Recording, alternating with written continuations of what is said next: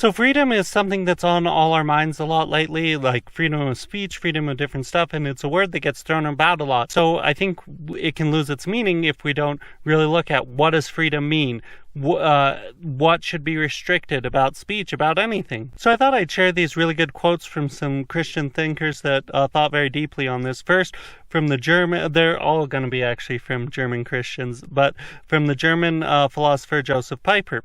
He says, "It is depressing for the human spirit when it is made impossible to share, that is, to declare publicly, what, according to one's best knowledge and clear conscience, is the truth about things," right?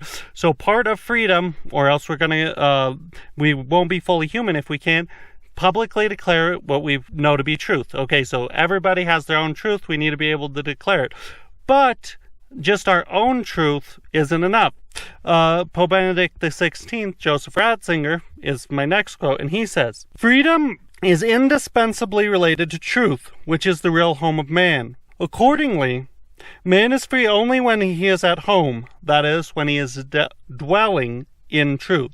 So this isn't just what I know through my best knowledge to be true. This is the real truth. To be totally free, I have to live and make my home in what is really true. So that's why we have the marketplace of ideas. So what's really true will come out and more people can live at home in freedom. Pretty cool.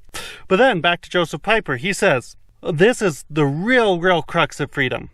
"Whenever someone, oblivious of possible usefulness, disadvantages, dangers, or even death, is able to say, 'So it is.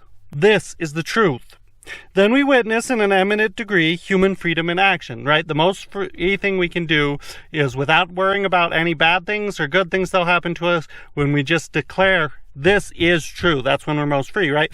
So what does that mean? But that's very much related to where we're making our home in truth. Tolkien, right? He said that worship and freedom are very deeply connected. That's what the Lord of the Rings is about, right? So, and worship, giving what is worth to God, is what he's worth. That's a public action that we're not looking for any good for us. It's just because God is who he is, we worship him.